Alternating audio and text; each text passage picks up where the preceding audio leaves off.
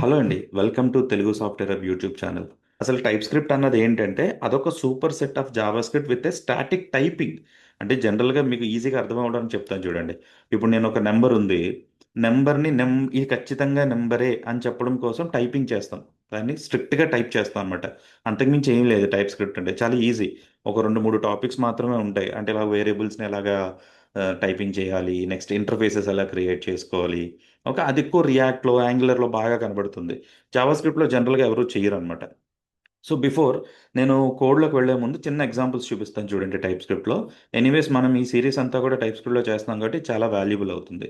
Suppose నేను ఇదే react కాంపోనెంట్‌లో ఆహ్, నేను ఆల్రెడీ కోపైలట్‌ని ఇన్‌స్టాల్ చేసి పెట్టుకున్నా కాబట్టి నాకు సజెషన్ వచ్చేస్తుంది చూసారా? సో, ఇప్పుడు నేను ఒక ఎగ్జాంపుల్ రాస్తా చూడండి. లెట్ లెట్స్ సే ఏం చేద్దాం? ఏజ్ ఈజ్ ఈక్వల్ టు ఒక 25. Okay. I'm taking it as a 25. నేను ఇప్పుడు ఇది ప్రింట్ చేశాను అనుకోండి. Console dot log of age is 25. అంతే కదా! నేను ఇప్పుడు ఇది ప్రింట్ చేశా కాబట్టి నాకు ఏజ్ 25 కనపడాలి. Go to the browser and మనం వెబ్ పేజ్‌లోకి వెళ్లి ఓపెన్ చేసి చూడండి. మీకు 25 కనపడిపోతుంది. There you go 24. ఓకే. 24 పెట్టాను. 24 ఓకే. సారీ 25 అంటున్నా. ఇప్పుడు నేనేం చేస్తానంటే ఈ ఏజ్‌కి నేనిక్కడ age is equal to I can say string ఇస్తా. ఓకే.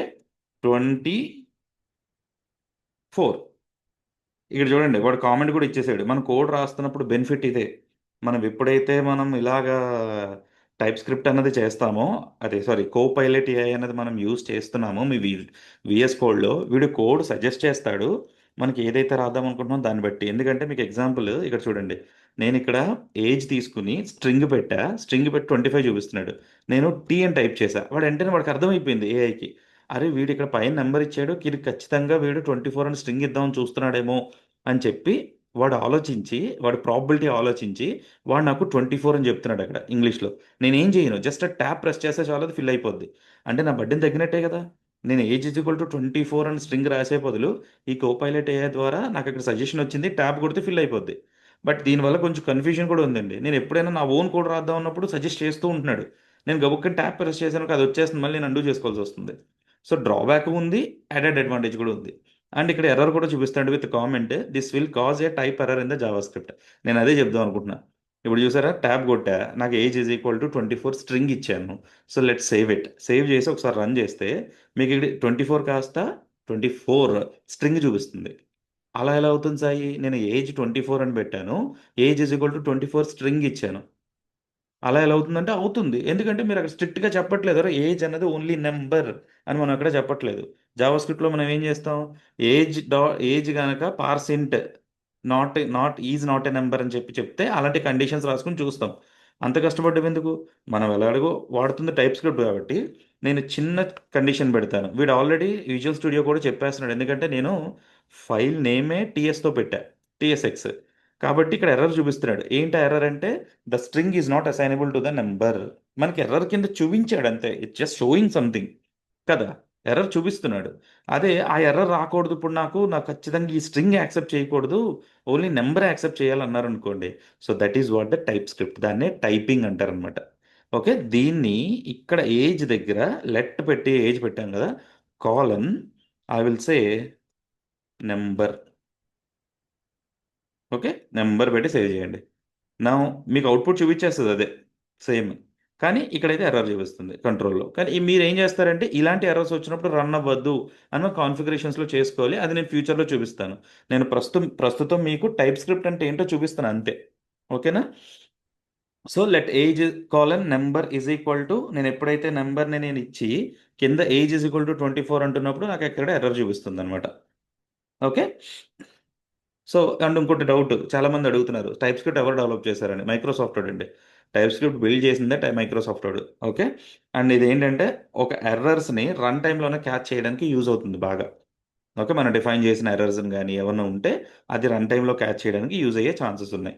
దాన్ని ఎలా చేయాలో ఏంటనేది ఫర్దర్‌లో చెప్తాను నెక్స్ట్ సెషన్స్‌లో. బట్ ఇక్కడ మాత్రం ప్రస్తుతానికి ఈ వీఎస్ కోడ్‌లో చూపిస్తున్న ఎర్రర్ అయితే చూసుకోండి. నేను ఒకేసారి మొత్తం కోడ్ చూపించేసాను మీరు కన్‌ఫ్యూజ్ అవుతారు.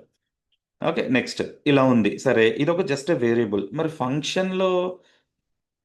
ఫంక్షన్ రాసారనుకోండి. సపోజ్ అది చూసారా? నాకు గ్రీటింగ్స్ అంటే గ్రీట్ అని చెప్పి నేమ్ స్ట్రింగ్ అని ఇచ్చాడు. నేను గ్రీటింగ్స్ అని అనుకోలేదు, వేరే నేమ్ అనుకున్నా. బట్ ఓకే, నేను ట్యాబ్ కొట్టేస్తా. నా కోపైలట్ ఇచ్చాడు హలో నేమ్ సంథింగ్. ఎందుకంటే నేను ముందు స్టెప్లో ఒక నెంబర్ టైపింగ్ చెక్ చేద్దామని ఒక ప్రోగ్రామ్ ఎగ్జిక్యూట్ చేయడానికి ట్రై చేశాను కదా, దాని సజెషన్ బట్టి వాడు ఇక్కడ నాకు ఫంక్షన్ కూడా రిటర్న్ చేసి ఇచ్చేసాడు. That is what AI, artificial intelligence, that Copilot is doing for us. ఒక డెవలపర్కి ఇది యూస్ చేస్తుంది అనమాట. నేను ఇంకా కోపైలట్ కూడా ఓపెన్ చేయాలి. బట్ ఎప్పుడైతే మీరు ప్లగ్ఇన్ ఇన్స్టాల్ చేసుకుంటారో కోపైలట్ది, గిట్ కీని కోపైలట్కి ఎప్పుడైతే మీరు లింక్ ఇచ్చుకుంటారో ఆటోమేటిక్గా మీకు సజెషన్స్ చేస్తూ ఉంటుంది అనమాట. ఓకే, సరే. సేవ్ చేసా. గ్రీటింగ్స్ నేమ్ అంటే చూసారో లేదో, ఈ గ్రీట్లో నేమ్ దగ్గర స్ట్రింగ్ మెన్షన్ చేశాడు, అండ్ ఇక్కడ ఒక స్ట్రింగ్ మెన్షన్ చేశాడు. అంటే ఫంక్షన్ రిటర్న్ చేసేది కూడా స్ట్రింగ్ అయి ఉండాలి అని దాని అర్థం అనమాట.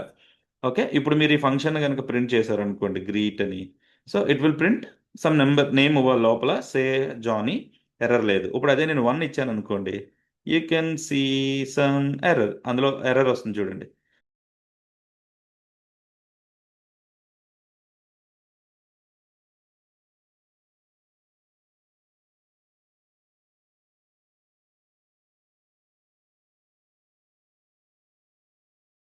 అంటే ఇక్కడ మనకి ఎర్రర్, నాకు ఇక్కడ ఎర్రర్ వచ్చేయాలి సాయి, నీకు ఎప్పుడైనా టైప్ స్క్రిప్ట్ నేను ఇలా తప్పు చేస్తే కనుక అంటే మీరు కాన్ఫిగరేషన్స్లో చేసుకోవచ్చు. గోయింగ్ ఫార్వర్డ్లో నేను అది చెప్తాను, డోంట్ వరీ. ఓకే, సో ఇలాగా మీరు ఎప్పుడైనా ఒక ఫంక్షన్లో మీరు పారామీటర్స్ ఇస్తున్నప్పుడు పారామీటర్ని కూడా టైపింగ్ స్ట్రిక్ట్గా చేయొచ్చు అనమాట. ఓకే, నెక్స్ట్ ఇంకొకటి. ఇలా సరే, ఫంక్షన్ గురించి చూసాము అండ్ నార్మల్ వేరియబుల్ గురించి చూసాము, అంతా బాగానే ఉంది. మరి రియాక్ట్ కాంపోనెంట్లో మరి ఇంటర్ఫేస్ అంటే ఏదో చెప్పావు కదా సాయి, మరి ఇంటర్ఫేస్ గురించి ఏమైనా ఎగ్జాంపుల్ చెప్తావా అంటే డెఫినెట్గా అండి.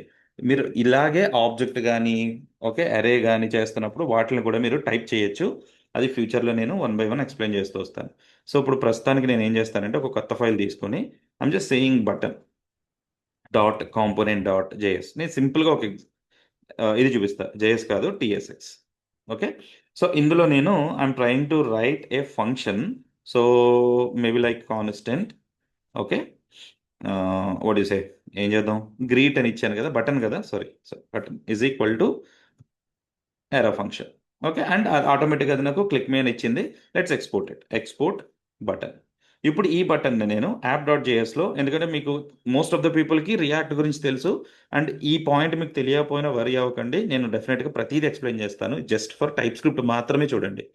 ఓకే, సో నేను ఏం చేస్తానంటే ఇంపోర్ట్ బటన్, ఆ బటన్ ఇచ్చేసాడు. అదే అదే సజెస్ట్ చేసేస్తుంది, అది ఇక్కడ వండర్ అనమాట. సో నేను అదంతా వదిలేసి లాస్ట్లో నేను ఆ బటన్ నేనేం టైప్ చేయాలి, ఆటోమేటిక్గా సజెషన్ ఇచ్చింది. I just pressed tab, tab press చేశాను, ఇదిగోండి నా క్లిక్ మీ. ఇప్పుడు నేనేం చేస్తానంటే ఇన్స్టెడ్ ఆఫ్ క్లిక్ మీ బదులు I want to send some label here. Label is equal to, మీకు కావాలితే ఎక్స్ప్రెషన్ కింద ఇచ్చుకోవచ్చు, లోపల స్ట్రింగ్ ఇస్తాను. Say okay T Hub. Okay, సింపుల్గా టీ హబ్ అని ఇచ్చా. బటన్లోకి వచ్చి I'm expecting that label here, ఆ లేబుల్ని తీసుకొచ్చి ఇక్కడ పెడతా.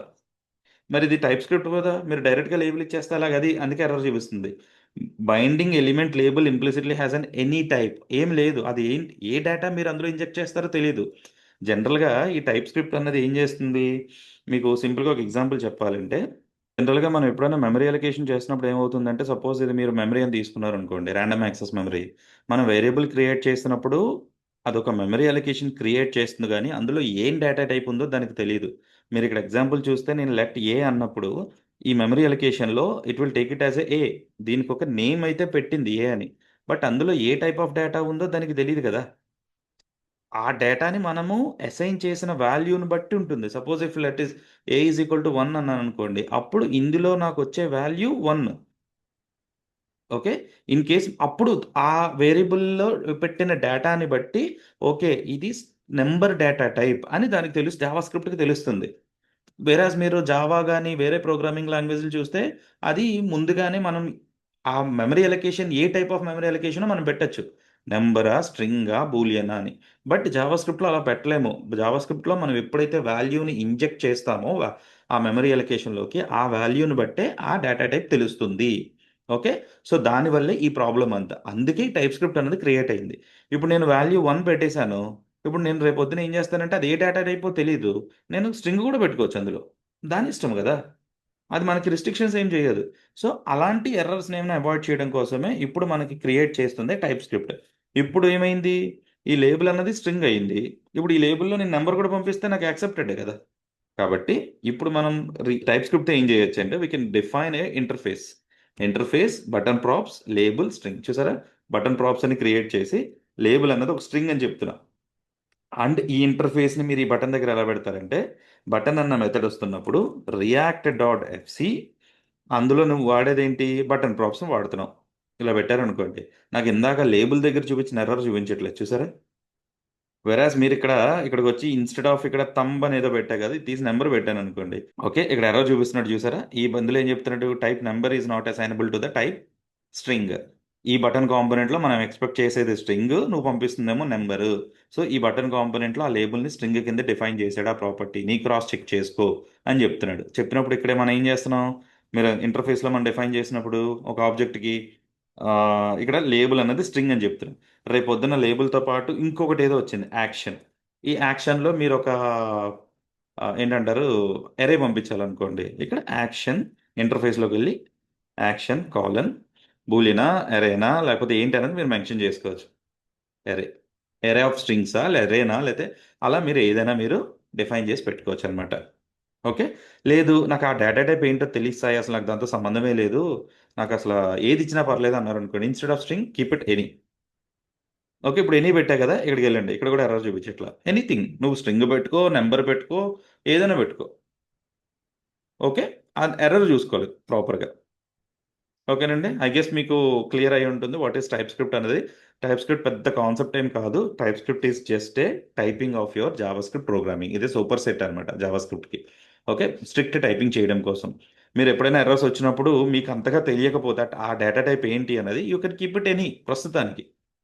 ఎనీ పెట్టేసి మీరు రన్ చేసేసుకోవచ్చు. కాకపోతే మీరు ప్రాపర్‌గా ఆ స్ట్రిక్ట్‌గా మీరు ఆ డేటా టైప్స్‌ని అవి గనక మీరు మెన్షన్ చేయగలిగితే మీ కోడింగ్ అన్నది చాలా ప్రాపర్‌గా, నీట్‌గా వెళ్తుంది అని అర్థం అనమాట. ఓకేనండి? యాహ్! ఈ వీడియో గనక నచ్చినట్టుంటే please do subscribe my channel. Support చేయండి. లైక్ చేయండి అట్‌లీస్ట్ ఒక చిన్న like. Okay. So that reach బాగా వెళ్తుంది. Thank you very much.